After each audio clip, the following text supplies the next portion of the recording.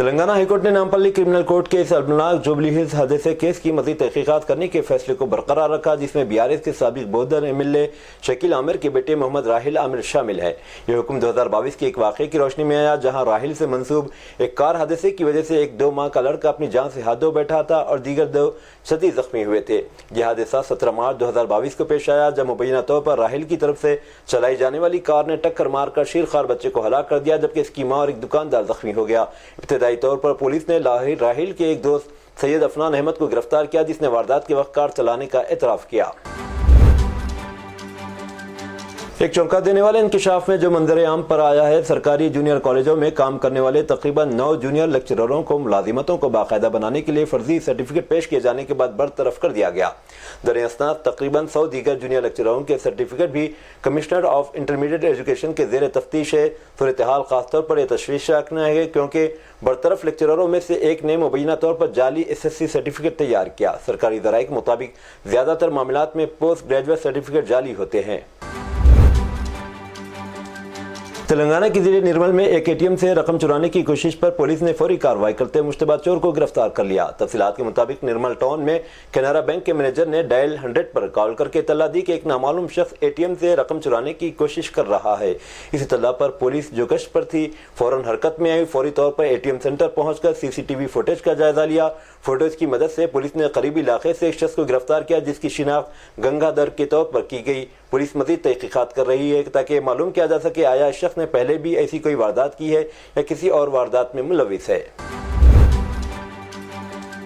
قطر میں 10 ماہ سے کوما میں رہنے والے ضلع نظام آباد کے شخص کو حیدرآباد واپس لایا گیا جہاں اس کے پرائیویٹ اسپتال میں زیر علاج ہے۔ اس کے ارکان خاندان نے چیف منسٹر ریونت ریڈی سے خواہش کی کہ اس کے علاج کے اخراج اور حکومت برداشت کرے کیونکہ اس کا خاندان پرائیویٹ اسپتال میں ہونے والے علاج کے اخراجات کو متحمل نہیں ہے۔ اس شخص کی شناخت ضلع کے ناگم پیٹ کے رہنے والے سائنا کے طور پر کی گئی جو 10 ماہ سے زیادہ عرصے سے قطر کے ایک اسپتال میں کوما میں تھا۔ اس کو کمپنی انتظامیہ نے جمعہ کو حیدرآباد کے پرائیویٹ اسپتال منتقل کیا۔ اس کی بیوی پرمیلا بیٹے وکاس نے چیف منسٹر ریونت ریڈی اور بالکنڈے کے کانگریس انچارج سنیل ریڈی سے خواہش کی کہ سائنا کو نظام انسٹیٹیوٹ آف میڈیکل سائنس نمس منتقل کیا جائے جہاں اس کو علاج کی مفت سہولت فراہم کی جائے۔ چیف منسٹر آندھرا پردیش چندرا بابو نائیڈو کو آج ایک خاتون نے بوسہ لینے کی کوشش کی۔ یہ واقعہ ضلع انکاپلی میں پیش آیا۔ چیف منسٹر آندھرا پردیش ضلع کے دورے پر تھے۔ اس موقع پر انہیں دیکھنے ان سے ملاقات کے لیے پارٹی کارکنوں اور ان کے حامیوں کی کثیر تعداد پہنچ گئی۔ اس دوران ایک خاتون نے چندرا بابو نائیڈو سے ملاقات کی کوشش کی اور کسی طرح ان کے قریب پہنچ گئی۔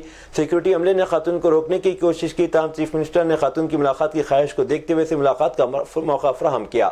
اس دوران خاتون اپنے ساتھ لایا ہوا پھولوں کا گلدستہ چندرا بابو نائیڈو کو پیش کیا، اس کے بعد تصویر کھنچائی۔ اسی دوران اچانک خاتون نے چیف منسٹر کو بوسہ لینے کی کوشش کی جسے روک دیا گیا۔ چندرا بابو نائیڈو بھی خاتون کی حرکت دیکھ کر حیرت زدہ رہ گئے۔ انہوں نے کہا کہ اس طرح کی حرکت نہ کرے، جس پر خاتون نے کہا کہ وہ اپنا بڑا بھائی مانتی ہیں۔ بعد ازاں سیکورٹی کے عملے نے خاتون کو وہاں سے ہٹا دیا۔ جنا سینا پارٹی کے سربراہ آندھرا پردیش کے نائب وزیر اعلیٰ پون کلیان نے نرسمہا وراہی بریگیڈ کا اعلان کیا جو ان کی پارٹی کے اندر ایک ڈیڈیکیٹڈ ونگ ہے جس کا مقصد سناتن دھرم کی حفاظت کرنا ہے۔ میں تمام مذاہب کا احترام کرتا ہوں لیکن میں اپنے عقیدے پر قائم ہوں۔ جو لوگ سوشل میڈیا پر سناتن دھرم کی تنقید کرتے ہیں یا اس کے بارے میں اہانت آمیز بات کرتے ہیں انہیں اس کے نتائج کا سامنا کرنا پڑے گا۔ اس طرح میں سناتن دھرم کے تحفظ کے لیے اپنی پارٹی کے اندر ایک ڈیڈیکیٹڈ ونگ قائم کر رہا جس کا نام نرسمہا وراہی بریگیڈ ہے۔ پون کلیان نے اپنے خطاب میں یہ بات کہی۔ بہار پولیس نے ہفتے کو پورنیا کے رکن پارلیمنٹ پپو یادو کو مبینہ طور پر جان سے مارنے کی دھمکی دینے کے الزام میں دہلی سے ایک شخص کو گرفتار کیا۔ پولیس کے مطابق ملزم مہیش پانڈے نے تفتیش کے دوران جرم کا اعتراف کرتے ہوئے کہا کہ اس کا کسی گینگ سے کوئی تعلق نہیں ہے۔ پولیس نے دھمکیاں دینے کے لیے استعمال ہونے والا موبائل فون اور ایک سم کارڈ قبضے میں لے لیا ہے جو مبینہ طور پر ملزم کی بھابھی کا ہے۔ حال ہی میں پپو یادو نے بالی ووڈ اداکار سلمان خان سے ملاقات کی تھی اور بابا صدیقی کے کیس میں حوالے سے بیان بھی دیا تھا۔ انہوں نے دعویٰ کیا تھا کہ اگر انہیں اختیار دیا جائے تو وہ لارنس بشنوئی گینگ کے 24 گھنٹوں کے اندر انسیڈنٹ بجا دیں گے۔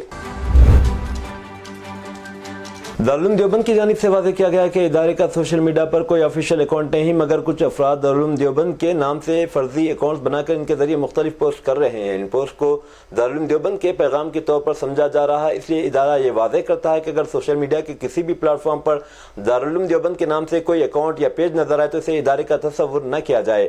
واضح ہے کہ سوشل میڈیا پر دارالعلوم دیوبند سے منسوب کئی فرضی اکاؤنٹس بنا کر مختلف قسم کے پیغامات پھیلا جا رہے ہیں جس سے ادارے کی ساکھ کو نقصان پہنچ رہا ہے۔ اس سلسلے میں آج ادارے کے محتمم و شیخ الحدیث مولانا مفتی ابو القاسم نعمانی نے کہا کہ مختلف ذرائع سے معلوم ہوا ہے کہ دارالعلوم دیوبند کے نام سے سوشل میڈیا کے مختلف پلیٹ فارمز پر متعدد اکاؤنٹس فعال ہیں۔ ایک پولیس اہلکار نے بتایا کہ مدھیہ پردیش کے دارالحکومت بھوپال میں سابق وزیر اعظم لال بہادر شاستری کے مجسمے کی مبینہ طور پر توڑ پھوڑ کے الزام میں ایک شخص کو حراست میں لے لیا گیا۔ آریل ہل پولیس اسٹیشن کے انسپکٹر منوج چٹوا نے بتایا کہ مجسمہ یہاں کشابھاؤ ٹھاکرے آڈیٹوریم کے قریب واقع ہے۔ جہانگیر آباد کانگریس بلاک کمیٹی کے صدر یشونت یادو کی شکایت پر ہم نے بھارتیہ نیایا سنہتا BNS کی دفعہ 298 مقدس چیزوں کی بے حرمتی کے تحت مقدمہ درج کیا ہے۔ ایک 35 سالہ شخص کو حراست میں لے لیا گیا۔ پولیس کا کہنا ہے کہ متعلقہ شخص نے ہمیں بتایا کہ جب اس نے حرکت کی تو وہ نشے میں تھا۔ گورگاؤں میں ایک رہائشی بلند عمارت میں آگ لگنے سے 2 افراد دم گھٹنے سے تشویشناک حالت میں زیر علاج ہیں۔ ہفتے کی دوپہر 12:49 پر گورگاؤں ویسٹ میں ایک رہائشی اونچی عمارت کے علاوہ 31 منزلہ لمبے کلپتا ریڈینس کی دوسری منزل پر آگ لگنے کی اطلاع ملی۔ زخمیوں کو ٹراما کیئر ہاسپٹل لے جایا گیا اور ان کی حالت تشویشناک ہے۔ آگ تقریباً 2:18 پر بجھا دی گئی، لیکن آگ لگنے کی وجہ ابھی تک معلوم نہیں ہو سکی۔ آگ میں دم گھٹنے والے 2 افراد منوج چوہان 35 سالہ اور شہاب الدین 50 سالہ شامل ہیں۔ مہاراشٹر کے ممبئی گھوڑ بندر قلعے کے قریب ایک دلخراش واقعہ پیش آیا، جس میں ایک نوجوان سائیکل پر اسٹنٹ کرتے ہوئے ایک گھر کی دیوار سے ٹکرا گیا، جس سے اس کی موت ہو گئی۔ سڑک پر گرنے کے بعد وہ لہولہان ہو گیا۔ جس جگہ یہ حادثہ پیش آیا وہاں قریب ہی واقع ایک دکان میں لگے CCTV کیمرے میں قید ہونے والی تصویر میں دیکھا جا سکتا ہے کہ 16 سالہ نیرج یادو اپنی سائیکل پر ڈھلان سے اترتے وقت بہت زیادہ تیز رفتاری سے سائیکل چلا رہا تھا، اسٹنٹ کر رہا تھا۔ ڈھلان کی وجہ سے سائیکل کی رفتار بہت زیادہ تیز ہو گئی۔ حادثے میں نیرج کا سر دیوار سے ٹکرایا۔ لوگوں نے اسے بابا صاحب امبیڈکر گورنمنٹ ہاسپٹل پہنچایا، جہاں سے مردہ قرار دے دیا گیا۔ اطلاع کے مطابق نیرج میرا بھائندر کا ہی رہنے والا ہے۔ پرواسی پریچے 2024 کے پروگرامز میں پکوان کا مقابلہ کا اہتمام کیا گیا۔ اس مقابلے میں سفارت خانہ ہند ریاض کے سفارتکاروں کی بیگمات نے حصہ لیا۔ بین الاقوامی سطح پر معروف ہندوستانی شیف سنجے ٹھاکر نے جج کے فرائض انجام دیے۔ اس موقع پر مخاطب کر سنجے ٹھاکر نے کہا، ہندوستانی ڈشز دنیا بھر میں مشہور ہیں اور دنیا کے ہر ملک میں آپ کی معیاری قسم کی انڈین ریسٹورنٹ ضرور ملے گی۔ انہوں نے کہا کہ صرف مزیدار ڈش بنا دینا کافی نہیں، ڈش کی پیشکش بھی انتہائی اہمیت رکھتا ہے۔ اس مقابلے میں 16 خواتین نے حصہ لیا، جس میں مسز سربی ترپاٹھی نے پہلا مقام حاصل کیا، دوسرا مقام مسز بنڈوگر اور سدھا رحمان نے شیئر کیا، جبکہ تیسرا پوزیشن مسز نینا مینار ہے۔ انعام یافتگان کو سفیر ہند ڈاکٹر سہیل اعجاز خان کے ہاتھوں صداقت نامے پیش کیے گئے اور دیگر خواتین کو مقالے میں حصہ لینے کا صداقت نامہ دیا گیا۔ آخر میں سنجے ٹھاکر نے کچھ ڈشیں بنانے کا عملی مظاہرہ کیا۔ سجن نے پکوان مقابلے کے دوران کامنٹری کی۔ پاکستان کے وزیر داخلہ محسن نقوی نے کہا ہے کہ امریکہ، برطانیہ اور کینیڈا کے سکھ یاتریوں کو ان کے مذہبی مقامات کی یاترا کے لیے پاکستان آمد پر اندرون 30 minute free on line visa مل جائے گا۔ نقوی نے جمعرات کے دن لاہور میں 44 رکنی بیرونی وفد سے ملاقات کی۔ نقوی نے کہا، حکومت نے ویزا پروسیس کو آن لائن کر کے آسان بنا دیا ہے۔ امریکہ، کینیڈا اور برطانیہ کے پاسپورٹ ہولڈرز اندرون 30 منٹ آن لائن ویزا کسی فیس کے بغیر حاصل کر سکتے ہیں۔ یہ سہولت ان ممالک میں آباد ہندوستانی نژاد سکھوں کے لیے بھی ہے۔ انہوں نے سکھ یاتریوں کی حوصلہ افزائی کرتے ہوئے کہا کہ آپ سال میں 10 بار پاکستان آئے، ہم ہر بار آپ کا استقبال کریں گے۔ ایران کے رہبر اعلیٰ آیت اللہ علی خامنہئی نے ایران اور اس کے حلیفوں پر حملوں پر اسرائیل اور امریکہ کو کرارا جواب دینے کی دھمکی دی ہے۔ انہوں نے یہ دھمکی ایسے وقت دی جب ایرانی عہدیدار اسرائیل پر ایک اور حملے کی بات کر رہے ہیں۔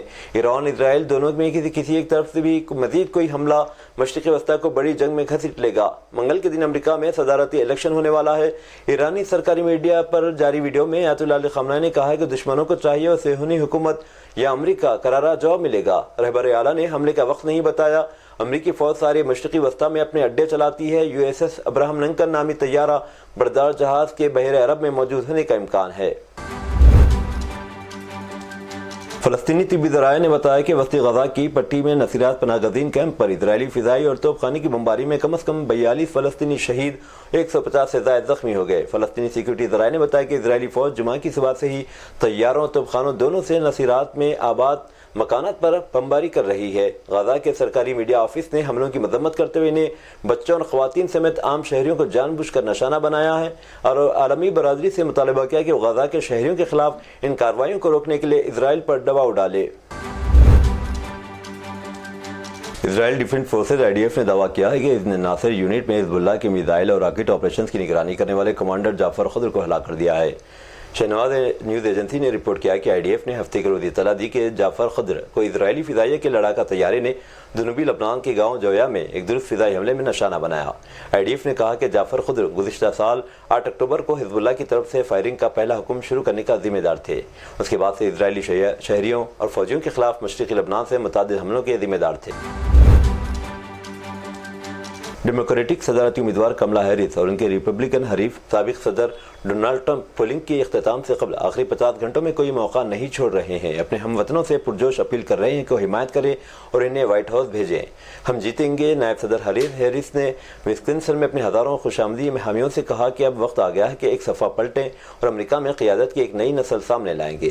وہ ہفتے کے روز وسکنسن اور شمالی کیرولائنا میں انتخابی مہم چلا رہی تھی۔ وہ اتوار کو اور پیر کو مشیگن، جارجیا اور پنسلوانیا میں اختتامی دلائل اور خطاب کرنے کا ارادہ رکھتی ہیں۔ یہ تھی ناظرین آج کی اسپیڈ نیوز۔ دیجیے اجازت محمد اظہار کو۔ ملتے ہیں اگلے اسپیڈ نیوز میں، تب تک کے لیے ہمارے channel Asian T V news کو لائک، شیئر اور سبسکرائب کرنا نہ بھولیں۔ اللہ حافظ۔